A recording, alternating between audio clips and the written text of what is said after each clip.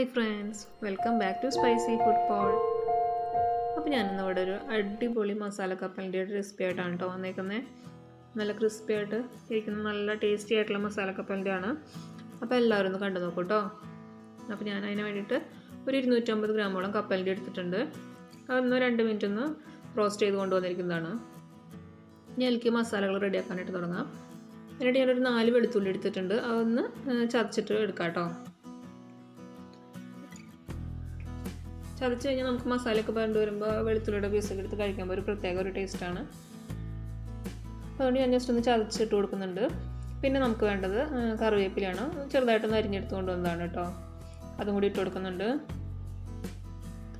പിന്നെ ഒരു പിഞ്ച് മഞ്ഞൾപ്പൊടി വേണം, കുറച്ച് മതി, അതിട്ട് കൊടുക്കുന്നുണ്ട്.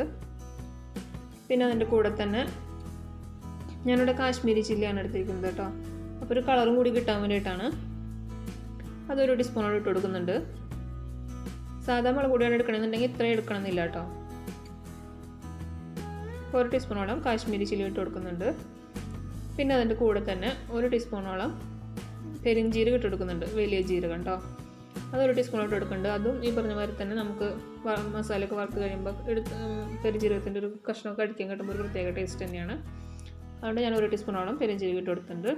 പിന്നെ ആവശ്യത്തിനുള്ള ഉപ്പൊക്കെ നിങ്ങളുടെ ടേസ്റ്റിനനുസരിച്ചിട്ട് ഇട്ട് കൊടുത്തോളൂ. അവിടെ കഴിഞ്ഞിട്ട് നമുക്ക് എല്ലാം കൂടി ഒന്ന് മിക്സ് ചെയ്തെടുക്കണം. എന്നിട്ട് ഞാൻ ആദ്യം 1 ടീസ്പൂണോളം വെള്ളം ഒഴിച്ച് കൊടുക്കുന്നുണ്ട്. എന്നിട്ട് നന്നായി ഒന്ന് മിക്സ് ചെയ്തെടുക്കുക കേട്ടോ. എല്ലാം ഇവിടുത്തെ എത്തുന്ന രീതിയിൽ നന്നായി മിക്സ് ചെയ്തെടുക്കുക.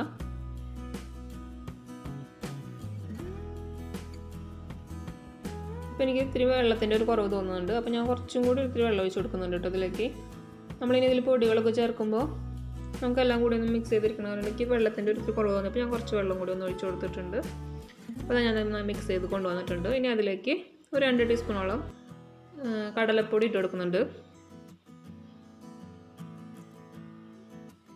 അതിട്ട് കൊടുത്തിട്ടുണ്ട്. പിന്നെ നമുക്ക് വേണ്ടത് ഒരു 1/2 ടീസ്പൂണോളം കോൺഫ്ലവർ ആണ് കേട്ടോ. കോൺഫ്ലവർ എന്തിനാണെന്ന് വെച്ച് കഴിഞ്ഞാൽ ഒരു ക്രിസ്പിനെസ് കിട്ടാൻ വേണ്ടിയിട്ടാണ്. അതേപോലെ തന്നെ ഞാൻ പിന്നെ ഇട്ട് കൊടുക്കുന്നത് 1 ടീസ്പൂണോളം അരിപ്പൊടിയാണ്. അരിപ്പൊടിയും ഈ പറഞ്ഞ നേരത്തെ തന്നെ ഒരു ക്രിസ്പിനെസ്സിന് വേണ്ടിയിട്ട് അരിപ്പൊടി ഇട്ട് കൊടുക്കുന്നുണ്ട്. പിന്നെ നമ്മൾ മറക്കാണ്ട് ചേർത്ത് കൊടുക്കേണ്ട ഒരു ഇൻഗ്രീഡിയൻ്റ് ആണ് കായം വേണം. കായം വരുമ്പോഴാണ് കേട്ടോ അതിനൊരു പ്രത്യേക ഒരു ടേസ്റ്റും മണമൊക്കെ വരുന്നത്. അപ്പോൾ കായം ഞാൻ പൊടിയാണ് എടുത്തിരിക്കുന്നത്. കായത്തിൻ്റെ പൊടി ഒരു പിഞ്ച്, അധികമൊന്നും വേണമെന്നില്ല, ഒരു കുറച്ച് മതി, ഒരു പിഞ്ചോളം അത് ഇട്ട് കൊടുക്കുന്നുണ്ട്. അതും കൂടി ഇട്ട് കൊടുത്തിട്ട് നമുക്കിത് ഒന്നും കൂടി നന്നായി മിക്സ് ചെയ്തെടുക്കാം.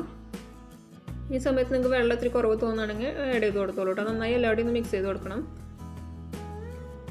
അപ്പോൾ അത് നന്നായി മിക്സ് ചെയ്ത് കൊണ്ടുവന്നിട്ടുണ്ട്. ഇനി ഇതൊരു അരമണിക്കൂർ നമുക്കൊന്ന് റെസ്റ്റ് ചെയ്യാനായിട്ട് വയ്ക്കാം കേട്ടോ. ഈ സമയത്ത് നിങ്ങൾക്ക് ഉപ്പൊക്കെ കുറവ് തോന്നുകയാണെന്നുണ്ടെങ്കിൽ ഉപ്പൊക്കെ ഇട്ട് കൊടുത്തോളൂ കേട്ടോ. നന്നായി ടേസ്റ്റൊക്കെ നോക്കിയിട്ട്. ഇപ്പോൾ ഞാൻ ഒരു പാനൊക്കെ വെച്ച് വെളിച്ചെണ്ണയൊക്കെ ഒഴിച്ച് കറിവേപ്പില ഇട്ട് കൊടുത്തിട്ടുണ്ട്. ഞാനത് റെക്കോർഡ് ചെയ്തിട്ട് ആയില്ലായിരുന്നു. അപ്പോൾ എല്ലാവരും ക്ഷമിക്കണം കേട്ടോ. അപ്പോൾ കറിവേപ്പിലേക്ക് ഒന്ന് ഇട്ട് കൊടുത്തിട്ടുണ്ട്. നമുക്ക് ലാസ്റ്റ് ഒന്ന് ഗാർണിഷ് ചെയ്യാൻ വേണ്ടിയിട്ടാണ് കേട്ടോ. അപ്പോൾ ഒന്ന് ഫ്രൈ ആക്കി എടുക്കാം.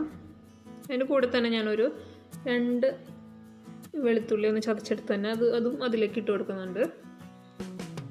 ഓപ്ഷനിലാണ്, വേണമെങ്കിൽ ചെയ്താൽ ഞാനത് അവസാനം ഒന്ന് വെറുതെ ഗാർണിഷ് ചെയ്യാൻ വേണ്ടി മാത്രം ഇട്ട് കൊടുത്താണ്. അപ്പോൾ അതായിട്ടുണ്ട്. നമുക്കത് കോരിയെടുക്കാം.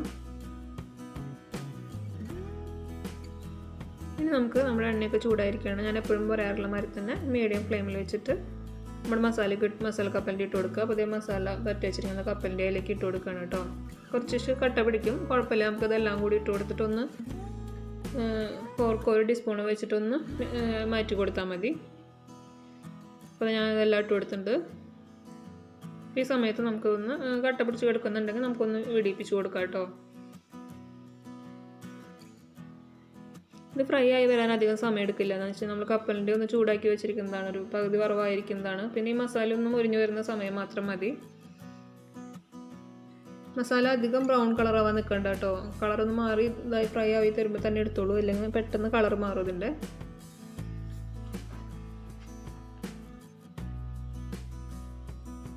അപ്പോൾ ഇതാ നമ്മുടെ മസാല കപ്പലിൻ്റെ ഒക്കെ ഏകദേശം റെഡി ആയിട്ടുണ്ട്.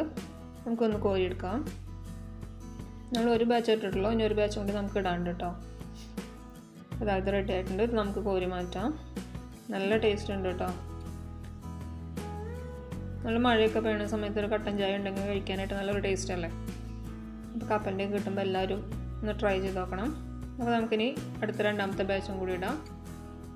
അതും ഈ പറഞ്ഞ മാതിരി തന്നെ കട്ട പിടിച്ച് വെക്കുകയാണെങ്കിൽ കുഴപ്പമൊന്നുമില്ല. അവസാനം നിങ്ങളതൊന്ന് ഇട്ട് കൊടുത്തതിന് ശേഷം ടീസ്പൂണോടൊന്ന് വെടിപ്പിച്ച് കൊടുത്താൽ മതി.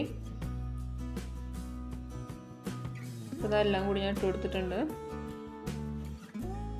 ഞാൻ നേരത്തെ പറഞ്ഞ മാതിരി തന്നെ ഒന്ന് വെടിപ്പിച്ച് കൊടുത്തിട്ട് ഒന്ന് മിക്സ് ചെയ്തെടുക്കാൻ ഞാൻ പറയാറുള്ള. അധികം വേവ് ഉണ്ടാവില്ല, പെട്ടെന്ന് തന്നെ കളർ മാറി വരും കേട്ടോ.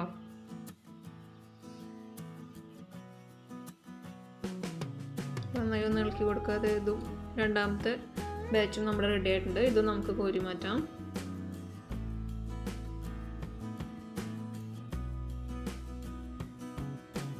നല്ല ടേസ്റ്റി ആയിട്ടുള്ള നല്ല മുരിഞ്ഞിരിക്കുന്ന കപ്പലണ്ടിയാണ്. ഒരു ഗ്ലാസ് കട്ടൻ ചായയോ നല്ല മഴയൊക്കെ വരുമ്പോൾ ഒരു ഗ്ലാസ് കട്ടൻ ചായയോ മസാല കപ്പലണ്ടിയൊക്കെ കുറച്ചിരിക്കാനായിട്ട് നല്ല ടേസ്റ്റ് അല്ലേ. അപ്പോൾ എല്ലാവരും ഒന്ന് കണ്ടിട്ട് ഇഷ്ടമാവണമെങ്കിൽ ട്രൈ ചെയ്ത് നോക്കണം. ഫീഡ്ബാക്കൊക്കെ അറിയണം കേട്ടോ. അവിടെ തന്നെ വീഡിയോ ഇഷ്ടമാവണമെങ്കിൽ ലൈക്ക് ചെയ്യാനും ഫ്രണ്ട്സിനും ഫാമിലിക്കൊക്കെ ഒന്ന് ഷെയർ ചെയ്യാനും മറക്കരുത്. Thank you.